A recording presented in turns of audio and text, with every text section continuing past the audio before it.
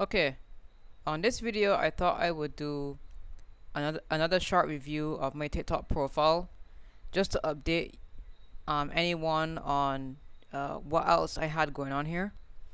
And I thought I would go through this one, this one, this one, this one, and then this one down here. All right, because I know a lot of people, well, some people may be more interested in the high-end gaming PC configurations more than the consumer builds. But I still like to throw in the consumer builds because uh, consumers don't tend to think about what they're actually getting in a store. Like let's say for instance Best Buy or Walmart or any of those retail stores that sell computers. So anyway, without further ado, let me just go through this one. Okay. So what I have here on this list is a comparison build, and I have the specifications of the pre-built computer up here. So what I had here, I found a Lenovo Legion Tower 5 that was retailed for around $1,500. All right, and since I reviewed the computer on the web page, I think they increased the price by about $50 or so, with the same specifications. But that's what happens. Um, Sometimes when computers go on sale, or if it has a decent specification sheet. So for the computer that they were selling, these were the specifications here. It had a Ryzen 7 7700X, 16 gigabytes of RAM, an RTX 4070 12 gigabyte card, a 512 gigabyte solid state drive, and a 1 terabyte hard drive. Now, um, to be honest, these specs aren't bad, but if we take a look at these specifications one by one, I'm going to use the Passmark score to show the raw processing power on the hood that they have here for the Lenovo Legion.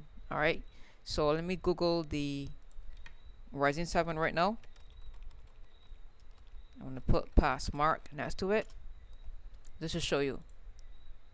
Okay, so this is one of AMD's latest generation processors, and it's on the AM5 platform. All right, the latest one.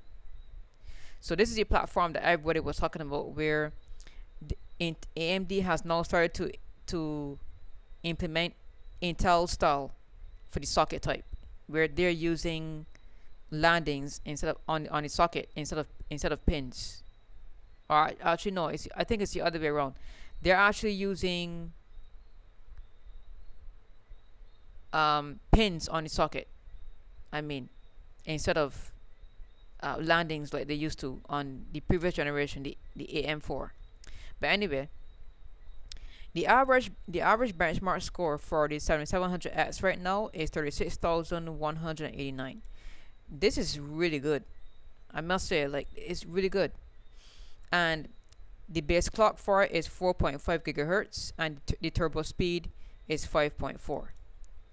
But here's the thing about it though. I realized that the core count is still 8 cores and 16 threads.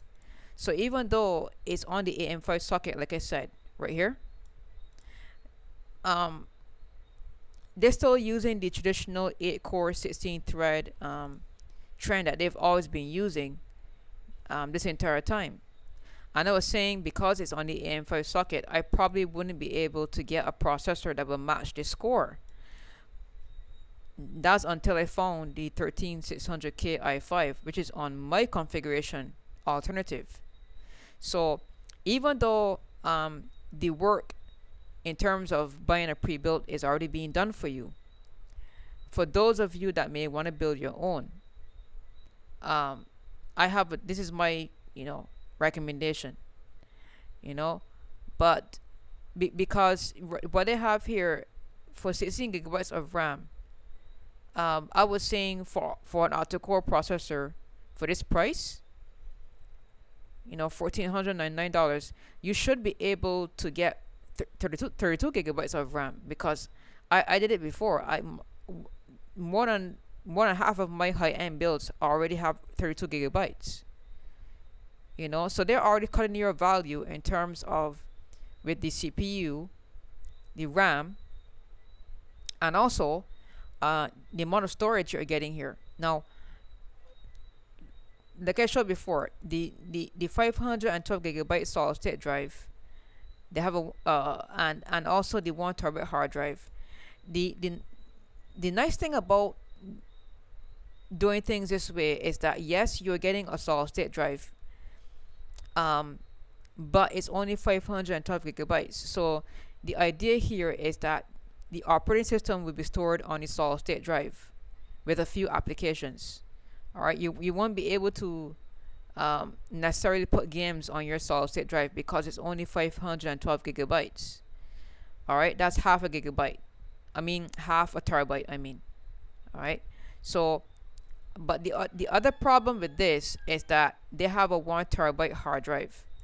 Now, to put into terms what this actually means, 1 terabyte hard drive. If I had to Google this right now to show you what I mean, this is what they're referring to. So this is mechanical storage. You understand? So eventually, if let's say for instance now you've got a bunch of games loaded up on one of these hard drives, with wear and tear, it's gonna fail because it's all mechanical storage. So regardless of the brand that they have in there, it's gonna fail on you. Solid state drives, on the other hand, tend to last much longer than these traditional hard drives.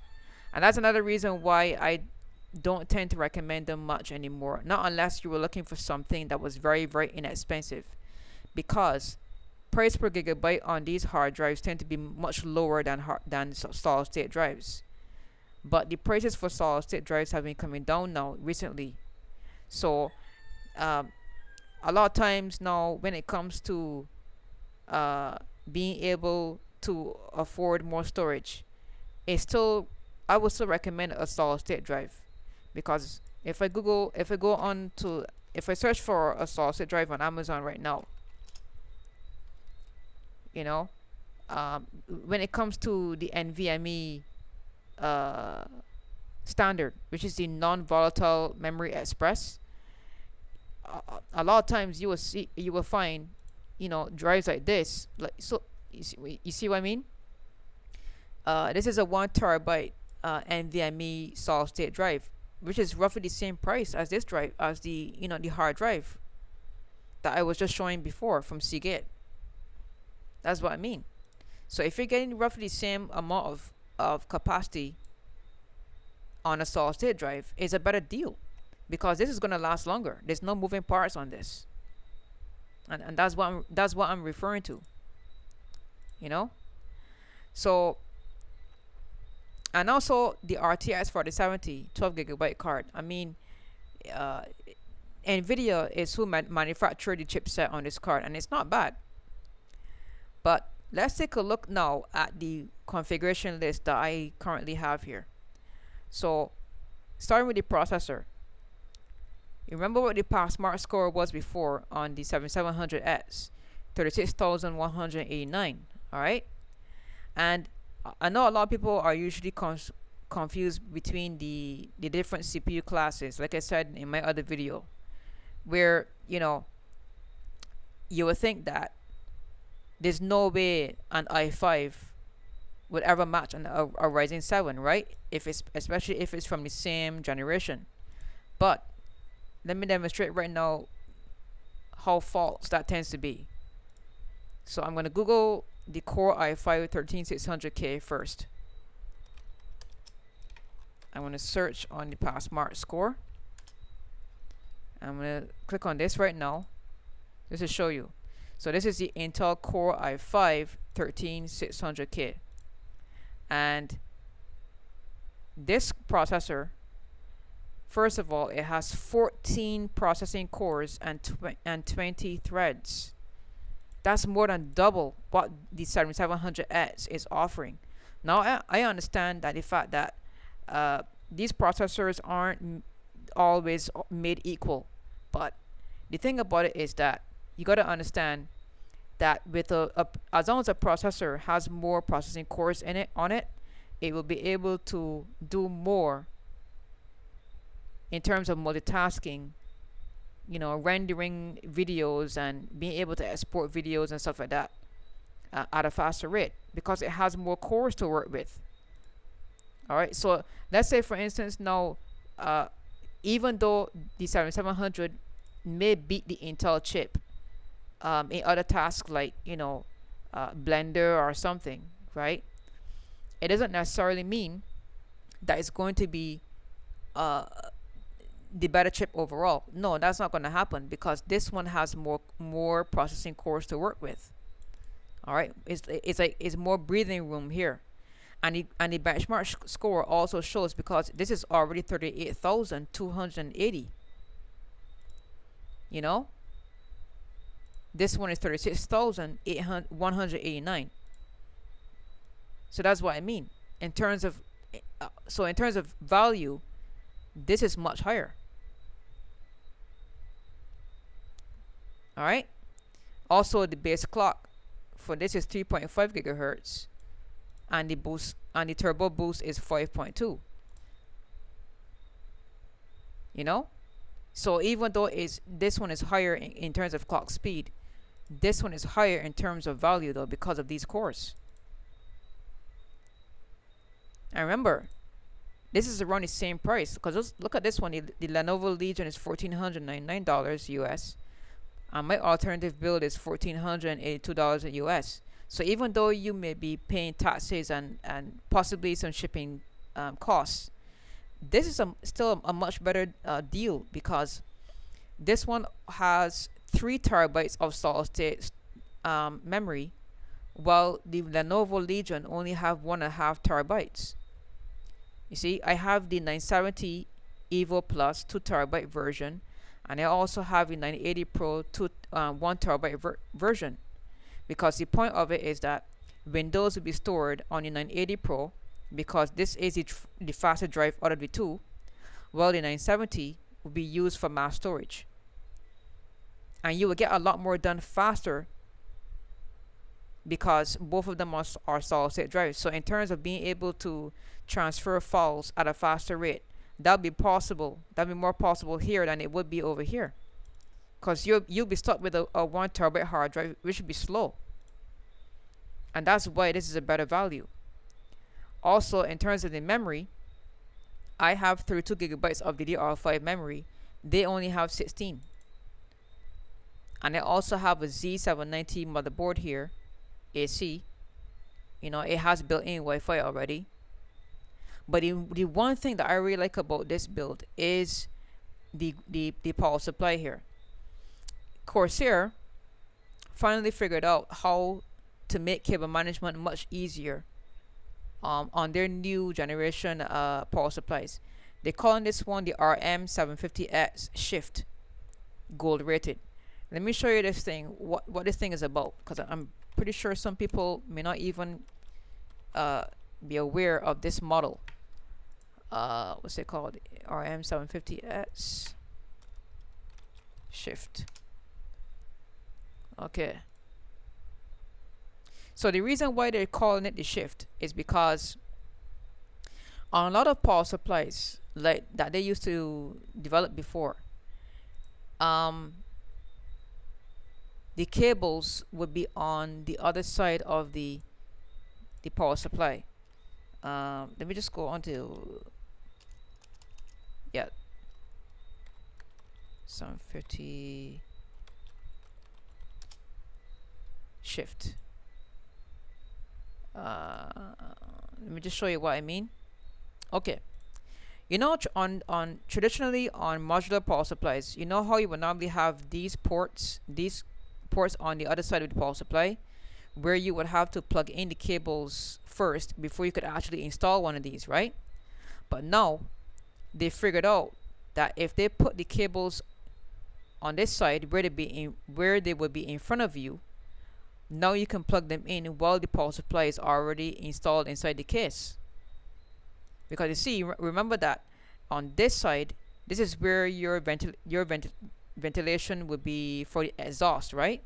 Well, the fan is on this side of the unit itself, and the power switch here is usually on the outsides. Well, these cables are being plugged in on this side, and now it makes diagnosing and everything much easier, where you could actually see, like I said before, you could see the cables in front of you instead of them having to be on this side, on this side, this edge here of the power supply. This to me is so smart, and it makes a lot more sense, especially for people that may be not getting into PC building. They're not going to be able to read these ports if it's on this side of the power supply. All right, really smart. Whoever came up with this idea, genius. Really, they finally figured it out. You see how the cables are on this side now, so where you can see it. That's exactly what I mean. So it's like everything is now in the open, so that everything is easily read and understood. All right, really smart. I like that idea, and it actually makes sense. All right, so to continue my review, they had the RTX for the 12 gigabyte, and I had a RX 7800 XT. I believe this is a 16 gigabyte card as well. Let me just Google that to find out. 7800 XT. Let me just go on to the AMD website to verify that, because I know they're gonna have the information for all of their graphics cards. So yeah, it says the minimum power supply recommendations is 700 watts, but the maximum memory size is 16 gigabytes. Here it is. So this is the video memory of the graphics card itself. All right. In terms of cooling, yes, I have another air cooler here. From I think it's from Thermalright. Thermalright is who makes this cooler, and it's also RGB. I have the NZXT H5 Flow, and it's just well rounded. All right. That's why I have here. Which one would you choose and why? Because I know that some people may not want to go through the work of having to do the research and get it built. But I'm telling you, like, if you get it built and you get it built like this, oh my God, it will trump this Lenovo Legion. That's for sure. Without a doubt, I know it would be better than the Lenovo Legion. And that's my first review. So, continuing on with the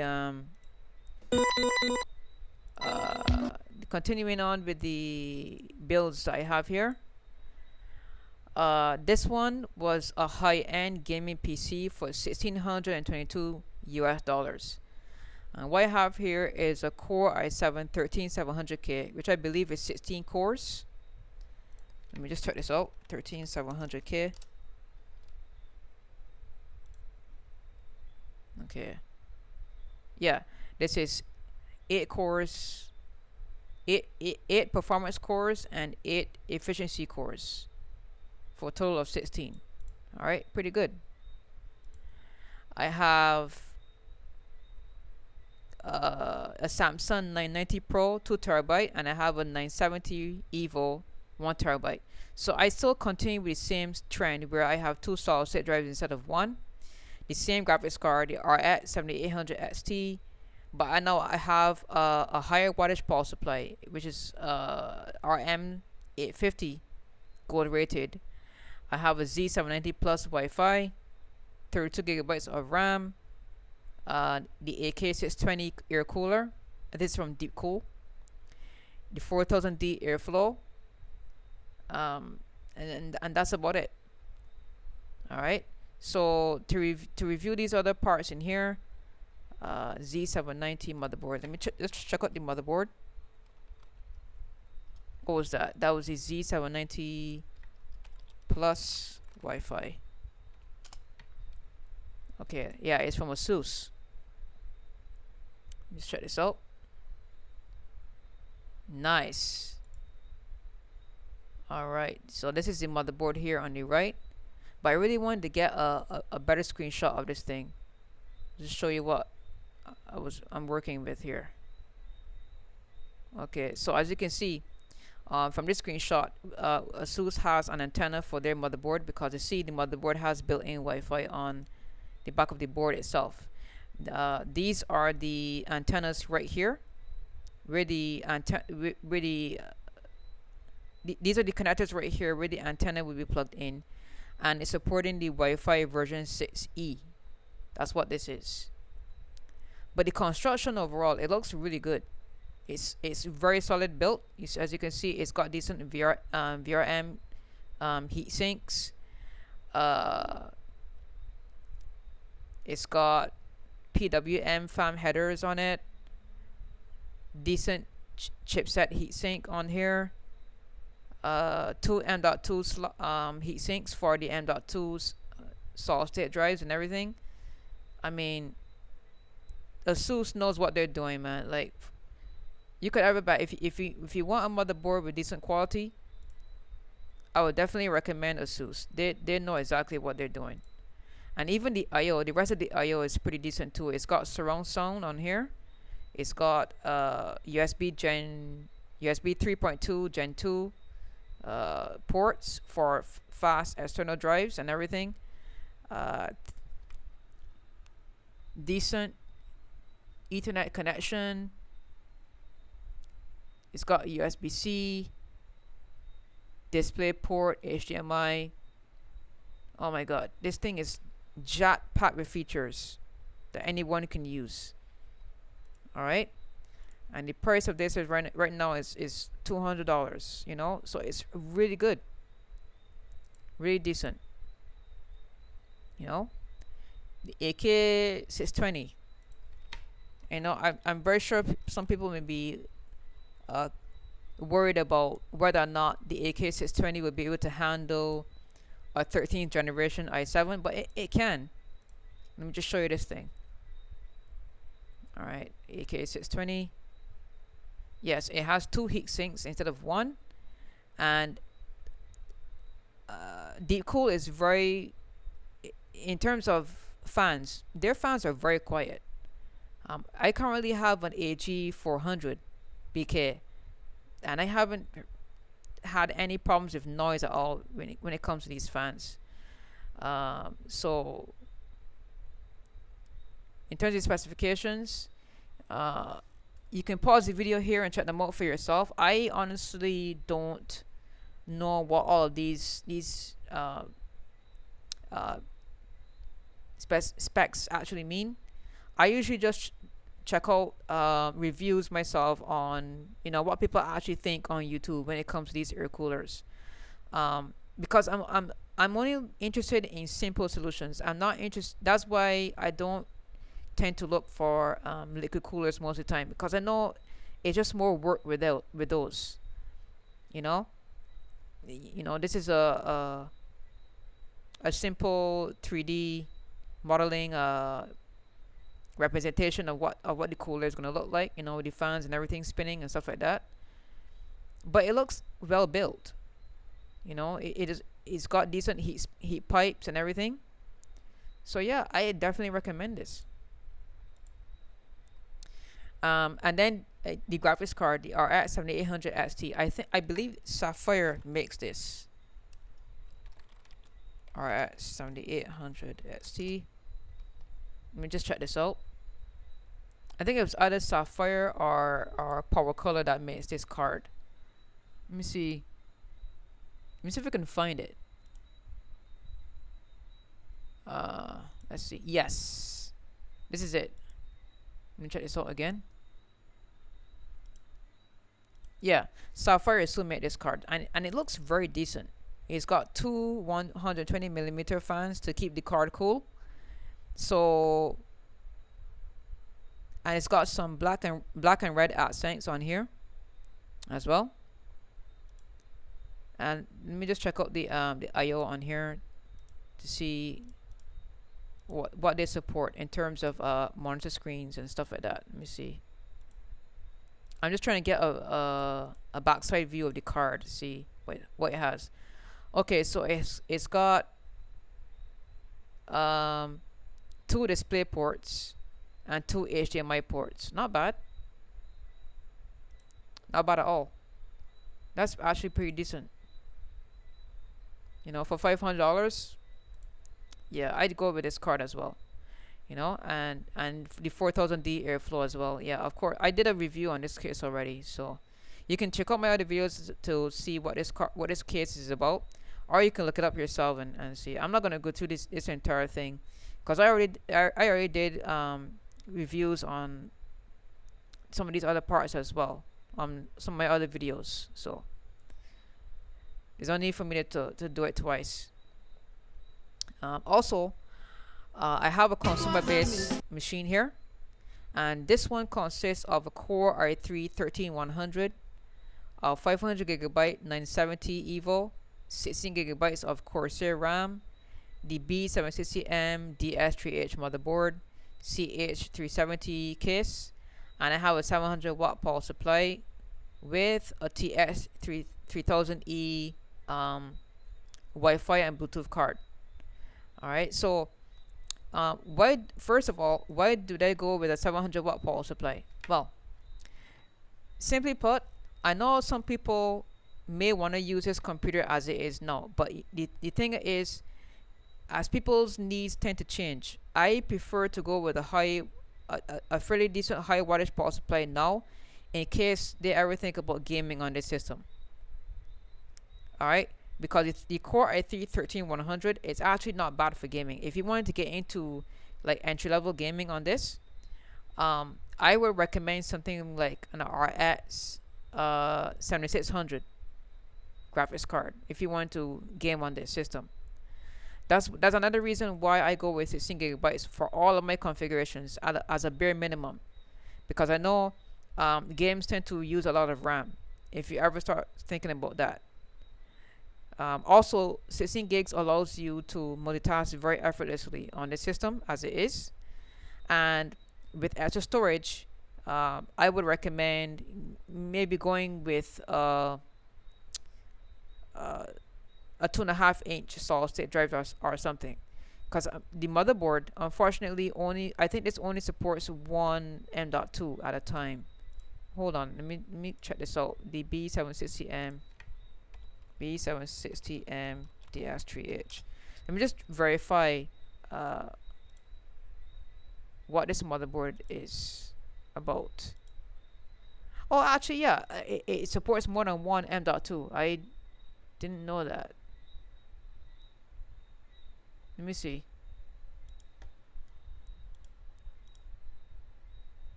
Yeah, it supports more than one. You see? So even with a motherboard this size, they're now realizing that solid state drives is the future, you know? So yeah, you could go with a secondary M.2 and plug it in here, and with the 500GB solid state drive already running Windows, you could go with a cheaper M.2 drive and plug it in here as it is, and increase your storage very, very easily. Alright, so for $484.52 USD, it's already well under $500. So now if you already have this money in your pocket, you could invest money in a new screen or a new keyboard, mouse, headset, whatever it is that you need, and set it up and use it without the graphics card, because the 13100 already has the iGPU built in. Let me just Google this right now. 4 cores. Yeah, it's a quad core processor, but it's clocked fairly high, 4.5 gigahertz. And it also supports both DDR5 and DDR4 type memory. But it's also got the Intel UHD graphics 730 built in. Alright, so you're good to go. Don't need a graphics card. You could just set it up and just start using it right away. Alright, the next part I wanted to review the next computer I want configuration I want to go through. This is a 1440p gaming setup, and it consists of the 12600K CPU, the RX 6750 XT. I also have a 1440p screen here, 32 gigabytes of RAM. I also have a 970 Evo 1 terabyte solid state drive and a P3 2 terabyte drive here. The V2 850 watt power supply. I believe this is from Cooler Master. And I have the same RGB cooler here from Thermalright. Another Z790 Plus Wi-Fi from ASUS. And the same case, the 4000D Airflow. Alright. Now, the 12600K, the reason why I go with a previous generation CPU is to keep the price to a minimum. You know? Excuse me. So, the thing about it is that with a CPU like this and a new graphics card, you also save money in this area. Alright? Because these CPUs from Intel aren't that old yet.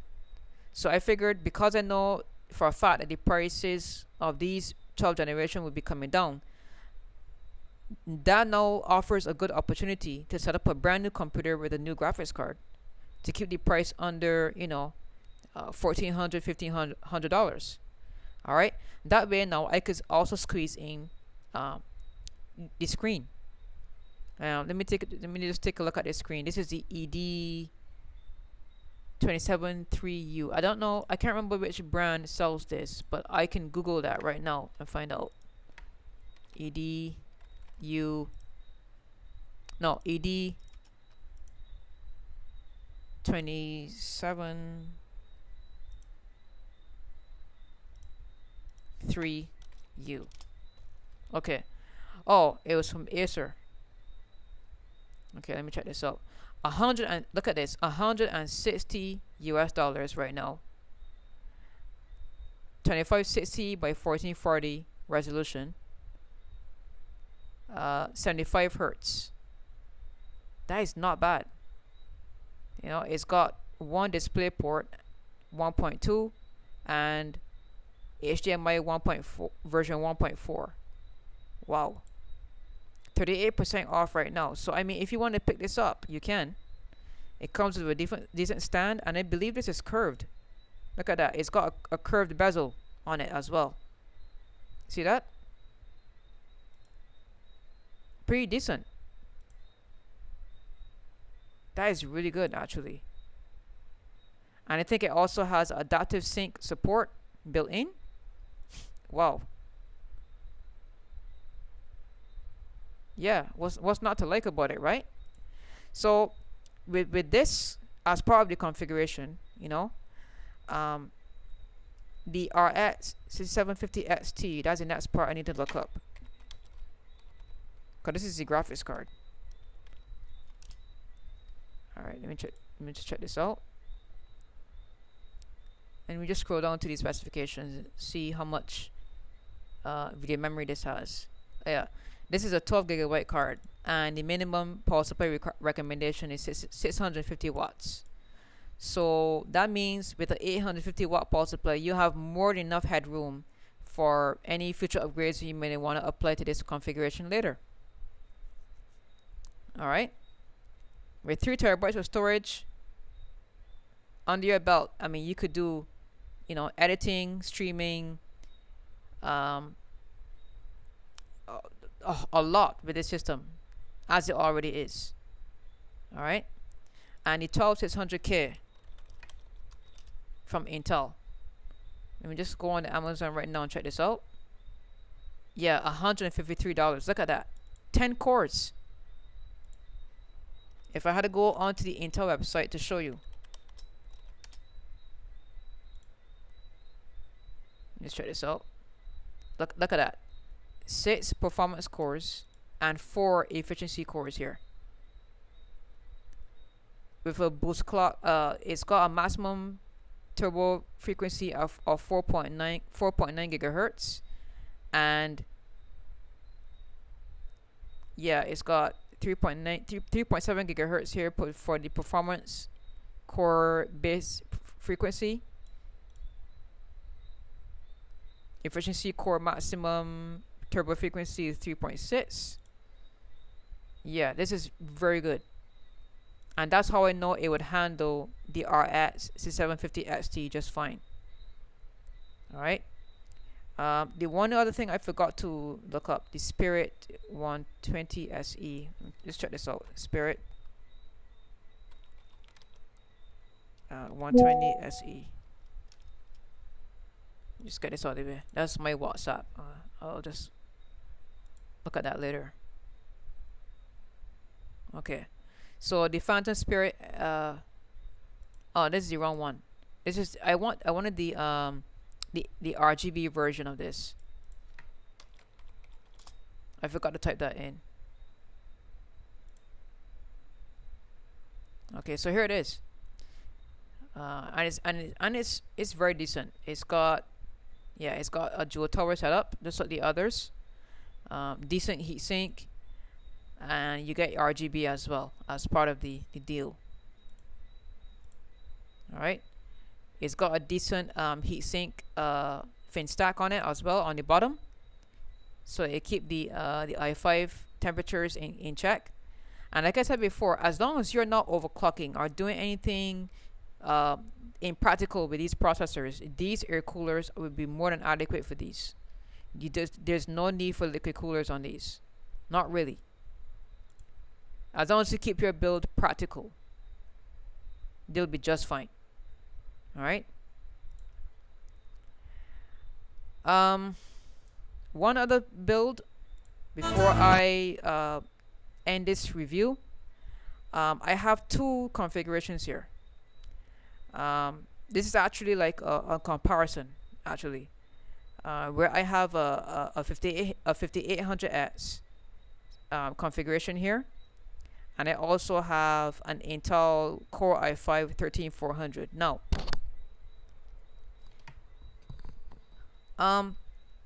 as you can see here, both prices are with around $830, give or take. This one is $828.19 US, and then this one is $823.93 US. Now,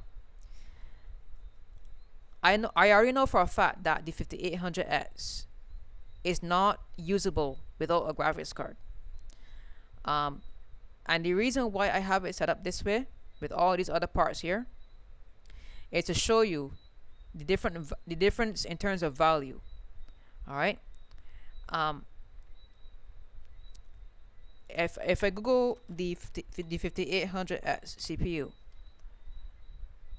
let me go onto the AMD website specifications.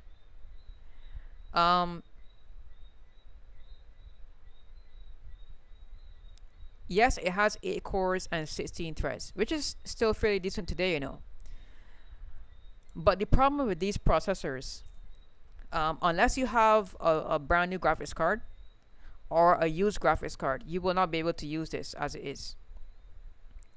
And the thing is, because both configurations here are around the same price, the Intel configuration is $823. It's literally $5 off. But what I like about this configuration here, even though I have the same power supply, roughly the same kind of motherboard, case, solid state drive, and memory on both of these configurations, to me the Intel configuration is a better value, because the 13400 here is 14 cores, I believe. Let me just Google that right now. i5 13400. I'm just going here on the Intel website to show you. Actually, no, it's 10 cores. Yeah, the 13400 is 10 processing cores. It's got 6 performance cores here and 4 efficiency cores on the 13th generation architecture from Intel, you know. So here's my thing about it. The way how this setup would work, let's say you have your eye set on a graphics card and you can't afford it right now. You could set this computer up as it is right now and use it just like it is. All right, because the case already has the cooling fans on it. The G360A already has fans, 3 RGB fans in the front, and it has this. Remember that both these configurations are roughly the same price.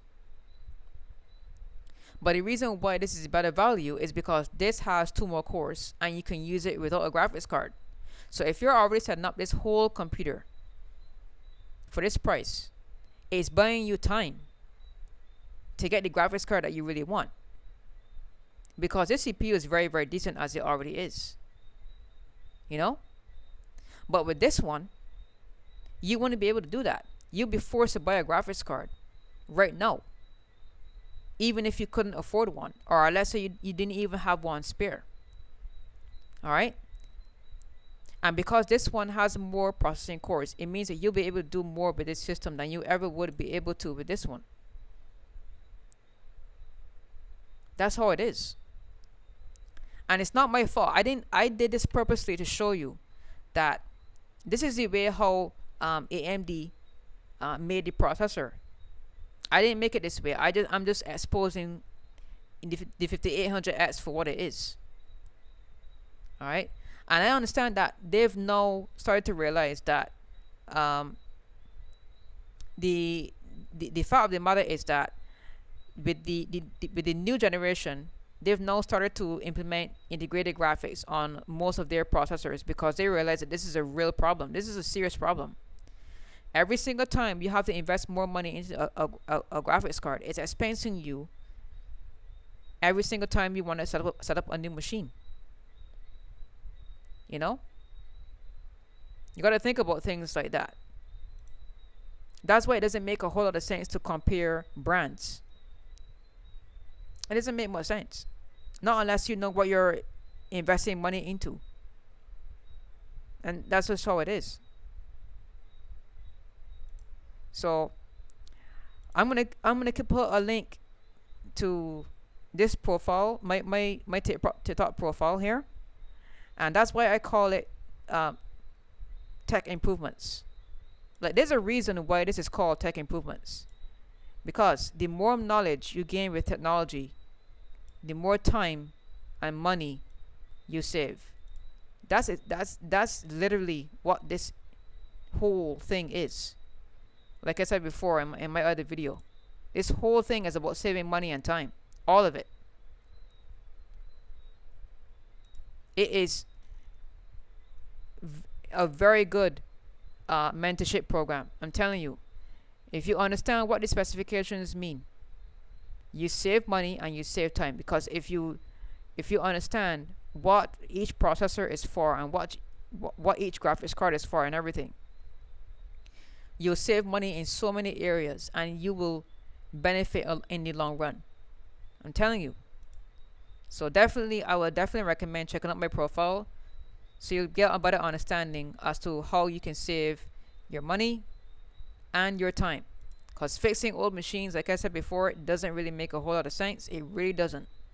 You can always upgrade. There's no need to fix anything that's old. Alright? And that is my tutorial for today. This is Zulu67 signing off.